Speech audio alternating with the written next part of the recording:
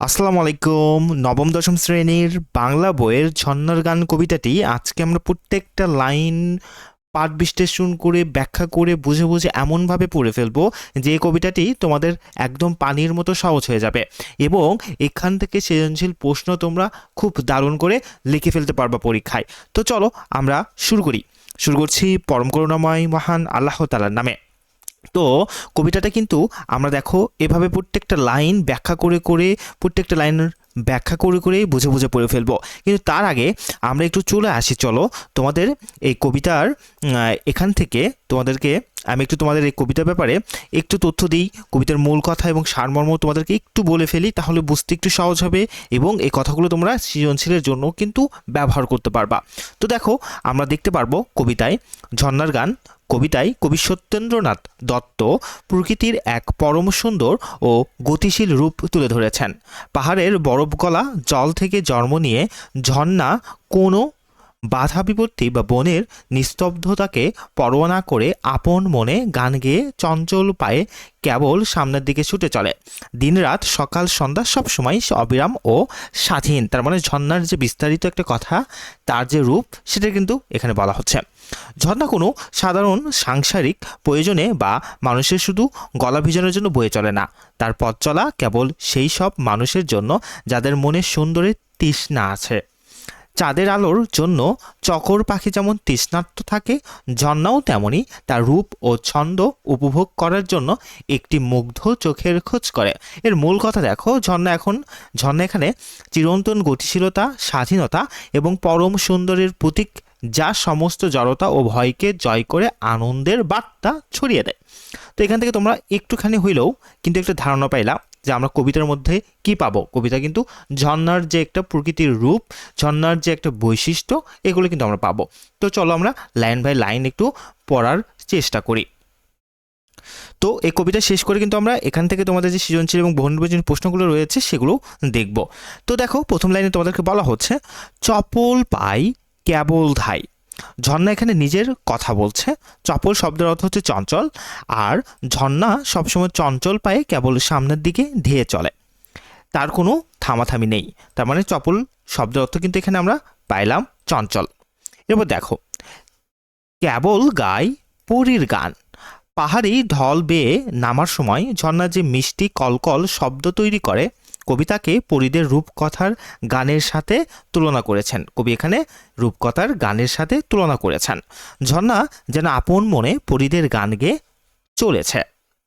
এরপরের লাইন, পুলক মোর সকল গায়। পুলক শব্দের অর্থ কি বলতো? পুলক শব্দ মানে আনন্দ বা রোমাঞ্চ।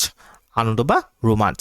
ঝর্ণার পুরো শরীর জুড়ে অর্থাৎ জলে যেন এক অদ্ভুত আনন্দের শিহরণ বয়ে যাচ্ছে। গতিশীলতার মধ্যেই তার পরম আনন্দ। আচ্ছা, এরপরের লাইনে বলা হচ্ছে, বিভুল মোর সকল প্রাণ। ঝর্ণা নিজের রূপ রস ও গতিতে নিজেই বিভোর বা মুশগুল। বাহ্যিক অর্থাৎ বাইরে থেকে কোনো জগতের প্রতি তার খেয়াল নেই, সে তার নিজের ছন্দে মগ্ন। এরপর দেখো, শিথিল সব শিলার পর। এখানে শিথিল মানে আলগা বা নরম, আলগা বা নরম, আর শিলা মানে পাথর, শিলা মানে পাথর। পাহাড়ের গা বেয়ে নামার সময় যেসব পাথর আলগা হয়ে আছে বা যুগ যুগ ধরে পড়ে আছে, ঝর্ণা তাদের উপর দিয়ে বয়ে যায়। এরপর লাইনে বলা হচ্ছে দেখো, যে চরণ থুই দোদুল মন। অর্থাৎ সে পাথরগুলোর উপর ঝর্ণা তার চরণ বা পা, পা বলতে এখানে জলের যে ধারা, ঝর্ণার যে জলের ধারা সেটা বলা হয়েছে, রাখে। তার মন তখন দোদুল অর্থাৎ দোদুল্যমান বা চঞ্চল, কখনো এদিক বাঁক নেই, কখনো ওদিক বাঁক নেই। তার মানে আমরা এখানে পাইলাম দোদুল মানে হচ্ছে কি বলতো? চঞ্চল। আচ্ছা, এরপর দেখো, দুপুর ভোর ঝিঝির ডাক। পাহাড়ি অঞ্চলে দুপুর হোক বা ভোর, নির্জনতার কারণে প্রায় সময়ই ঝিঝি পোকার ডাক শোনা যায়। এই লাইনটি দিয়ে পাহাড়ের চারপাশে এক অদ্ভুত নীরব ও নিথর পরিবেশকে বোঝানো হয়েছে। এরপরের লাইন আমরা দেখি, ঝিমাই পথ ঘুমায় বন। চারপাশের পরিবেশ এতটাই শান্ত যে মনে হয় যেন চলার পথটি ঝিমাচ্ছে, আর পুরো বন গভীর ঘুমে আচ্ছন্ন। কিন্তু এই ঘুমন্ত প্রকৃতির বুকেও ঝর্ণা জাগ্রত ও গতিশীল। এরপরে লাইন দেখো, বিজন দেশ কুজন নাই। বিজন মানে জনমানবিহীন বা নির্জন, তাই না? আচ্ছা, আর কুজন মানে পাখির ডাক। কুজন মানে পাখির ডাক। ঝর্ণা যেখান দিয়ে বয়ে চলছে বা চলেছে সেটি একটি নির্জন এলাকা, যেখানে মানুষের কোলাহল বা পাখির কিচিরমিচির শব্দ তেমন নেই। নিজের পায়ে বাজাই তাল, কোনো বাদ্যযন্ত্র বা বাইরের সহ চর্যের দরকার নেই। ঝর্ণা যখন পাথরের বুকে আছড়ে পড়ে তখন যে শব্দ হয় সেটিকেই সে নিজের পায়ের নুপুরের তাল বা ছন্দ মনে করে। আশা করি বুঝতে পারছো। এরপর দেখো, একলা গাই একলা ধাই, অর্থাৎ ঝর্ণার কথা বলছে। কি বলছে? যে এই নির্জনতায় ঝর্ণা সম্পূর্ণ একা। সে একাই গান গায় আর একাই আপন গতিতে সামনের দিকে ছুটে চলে। তার কোনো সঙ্গীর প্রয়োজন নেই, তাই না? আচ্ছা, দিবস রাত ঝাঁস সকাল, দিন রাত সন্ধ্যা কি সকাল, সময়ের কোনো ভেদাভেদ নেই ঝর্ণার কাছে। সে অবিরাম 24 ঘন্টায় একই গতিতে কিন্তু বয়ে চলে, তাই না? আচ্ছা, ঝুঁকিয়ে ঘাড় ঘুম পাহাড়, অর্থাৎ বিশাল পাহাড়গুলো যেন ঘাড় ঝুঁকিয়ে গভীরভাবে ঝর্ণার এই চঞ্চলতা দেখছে। পাহাড়কে এমন ঝুম বা নিস্তব্ধ বলা হয়েছে, অর্থাৎ ঝর্ণা যেখানে থাকে সে এলাকার আশেপাশে কিন্তু বড় বড় পাহাড় থাকে, অর্থাৎ পাহাড়ের সেই উপর থেকে কিন্তু ঝর্ণাটা নিচ দিকে পড়তে থাকে। এবার দেখো, ভয় দেখায় চোখ পাখায়। পাহাড়ের বিশাল ও গম্ভীর রূপ দেখে মনে হয় যেন সে ঝর্ণাকে চোখ রাঙিয়ে ভয় দেখাচ্ছে, যাতে ঝর্ণা তার পথ চলা থামিয়ে দেয়। এবার দেখো, শঙ্কা নাই সমান যায়, কিন্তু ঝর্ণার কোনো কিছুতে ভয় পায় না। পাহাড়ের চোখ রাঙানো বা বাধা বিপত্তির কোনো সংখ্যা অর্থাৎ ভয় তার মনে নেই। সেসব বাধা উপড়ে ফেলে সামনে তালে এগিয়ে যায়। টগর ফুল নূপুর পায়, অর্থাৎ ঝর্ণার পানির ছিটেফোঁটা বা ফেনা যখন পাথরে বাধা পেয়ে সাদা হয়ে ফোটে তখন মনে হয় যেন তার পায়ে সাদা টগর ফুলের তৈরি নূপুর জড়ানো রয়েছে, তাই না? এ হচ্ছে টগর ফুল নূপুর পাই লাইনটির অর্থ। এরপর দেখো, কোন গিরির হিম ললাট। এখানে দেখো, গিরি মানে পাহাড় আর হিম মানে হিম ললাট শব্দটার অর্থ হচ্ছে বরফাবিত বা ঠান্ডা কপাল। হ্যাঁ, আচ্ছা, ঝর্ণার উৎপত্তি কোনো এক বরফে ঢাকা বা ঠান্ডা পাহাড়ের চূড়া থেকে। এরপরের লাইনটি দেখো, ঘামল মোর উদ্ভবে। কবি এক চমৎকার কল্পনা করেছেন। সেটা হচ্ছে কি, দেখো, যে পাহাড়ের কপাল ঘেমে যে জল বের হচ্ছে তা থেকে যেন ঝর্ণার উদ্ভব বা জন্ম হয়েছে, অর্থাৎ পাহাড়ের বরফ গলা জলেই ঝর্ণা হয়ে নেমে আসছে। কোন পরীর টুটুল হাড়। ঝর্ণার জল যখন উপর থেকে নিচে আছড়ে পড়ে বিন্দু বিন্দু হয়ে ছড়িয়ে যায় তখন মনে হয় যেন কোনো পরীর গলার মুক্তার মালা বা হাড় অর্থাৎ টুটুল অর্থাৎ ছিঁড়ে গেল। এরকম একটা কথা কবি এখানে বলেছে। এরপর বলছে, কোন নাচের উৎসবে, অর্থাৎ স্বর্গের কোনো পরীর নাচের উৎসবে মাতোয়ারা হয়ে নাচতে গিয়ে যেন তার গলার মুক্তার হাড় ছিঁড়ে চারদিকে ছড়িয়ে পড়েছে। ঝর্ণার জলকানা দেখতে ঠিক তেমনটাই চমৎকার, অর্থাৎ ওপর থেকে যখন ঝর্ণার পানিগুলো এসে নিচে একদম নিচে মাটিতে এসে পাথরে পড়ে যখন ছিটে পড়ে চারিদিকে তখনকার যে সৌন্দর্য কবি এখানে সেটাকে মুক্তার হাড়ের সাথে তুলনা করেছে। এরপরে বলা হচ্ছে, দেখো, খেয়াল নাই রে ভাই। ঝর্ণার কোনো কিছুর দিকেই খেয়াল বা ভ্রুক্ষেপ নেই। কে তাকে দেখলো, কে কি বললো তা নিয়ে সে বিন্দু মাত্র ভাবিত নয়, অর্থাৎ মানুষেরও কিন্তু সেরকম কাজই করা উচিত। তার যে কাজ সে কাজ আপন মহিমাই করে যাওয়া উচিত। পিছনের লোক কে কি বললো, কে কি করলো এটা দেখে কিন্তু থেমে থাকা যাবে না, ভাবা যাবে না। ঝর্ণার মতো মানব জীবনেও কিন্তু একইভাবে এগিয়ে যেতে হবে সামনের দিকে। তো কবি কিন্তু এই বাস্তব জীবনের মানেটাই এখানে বোঝাচ্ছে। এবার কবি বলছে, দেখো, পায়নি তার সংবাদই। বাইরের জগতের কোনো খবর বা পিছনের কোনো ঘটনার সংবাদ রাখার তার কোনো তাগিদ নেই। ধাই নীলায় খিলখিলায়, অর্থাৎ সে শুধু নিজের আনন্দে নিজের খেলায় সামনের দিকে ধেয়ে চলে, আর চলার পথে তার কলকল ধ্বনি শুনে মনে হয় সে যেন খিলখিল করে হাসছে। বুলবুলির বোল সাথী। ঝর্ণা শুধু নিজের মনেই গায় না, বনের বুলবুলির পাখির যে মিষ্টির বোল বা গান তার সাথেও সে সুর মেলায় বা প্রতিযোগিতা করে। বন ঝাউয়ের ঝোপ কুলয়, কালসারের দল চড়ে। অর্থাৎ কালসার শব্দের অর্থ হচ্ছে কৃষ্ণসার মৃগ বা কালো হরিণ। আচ্ছা, তো বলা হচ্ছে দেখো, বনের ঝাউ গাছের ঝোপঝাড়ের আড়ালে কালো হরিণের দল যখন শান্তিতে চড়ে বেড়ায়, ঝর্ণা সে বন্য ও সুন্দর দৃশ্য দেখতে দেখতে বয়ে চলে। এরপর দেখো, শিং শিলায় শিলাই গায় ডালচিনির রং ধরে। অর্থাৎ হরিণের দল যখন পাথরের বা শিলার গায়ে তাদের শিং ঘষে, তখন ঘর্ষণের ফলে সে পাথরের উপর ডালচিনির মতো এক ধরনের বাদামি বা তামাটে রঙের আভা তৈরি হয়। ঝর্ণা তার চলার পথে এই রূপ পরিবর্তন লক্ষ্য করে। এবার দেখো, ঝাঁপিয়ে যায় লাফিয়ে ধায় দুলিয়ে যায় অচল ঠোঁট। অর্থাৎ ঝর্ণার গতি এখানে আরও তীব্র। সে উঁচু পাহাড় থেকে নিচে ঝাঁপিয়ে পড়ে, পাথর থেকে পাথরে লাফিয়ে চলে। পাহাড়ে সে অচল ঠাট অর্থাৎ স্থির ও কঠিন রূপ রয়েছে। ঝর্ণার তার তীব্র স্রোতে সেই জড়তাকে যেন কাঁপিয়ে বা দুলিয়ে দিয়ে যায়। নাড়িয়ে যায় বাড়িয়ে যায় টিলার গায় ডালিম ফাট। এই লাইনটির অর্থ দেখো, ঝর্ণার জলের আঘাতে পাহাড়ের গায়ে যে ফাটল ধরে, কবি তাকে পেকে যাওয়া ডালিম ফেটে যাওয়ার সাথে তুলনা করেছেন। ঝর্ণা এই ফাটলগুলোকে নাড়িয়ে ও বাড়িয়ে দিয়ে নিজের পথ তৈরি করে নেয়।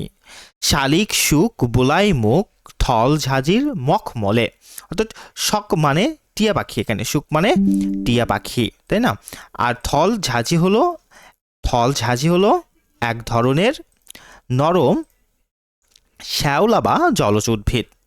আচ্ছা, শালিক ও টিয়া পাখিরা এসে ঝর্ণার পাশে জমে থাকা নরম মখমলের মতো শ্যাওলায় তাদের মুখ ঘষে বা জল পান করে। জরির জোল আং রাখাই অঙ্গ মোর ঝলমলে। আং রাখা হলো এক ধরনের লম্বা ঢিলেঢালা পোশাক। ঝর্ণার স্বচ্ছ জলের উপর দেখো, আচ্ছা এখানে একটু দেখি। আচ্ছা, ঝর্ণার স্বচ্ছ জলের উপর যখন রোদের আলো পড়ে, তখন পানির ঢেউগুলোকে দেখে মনে হয় সে যেন সোনা বা রূপার জরির সুতো দিয়ে বোনা এক ঝলমলে পোশাক আং রাখা পরে আছে, তাই না?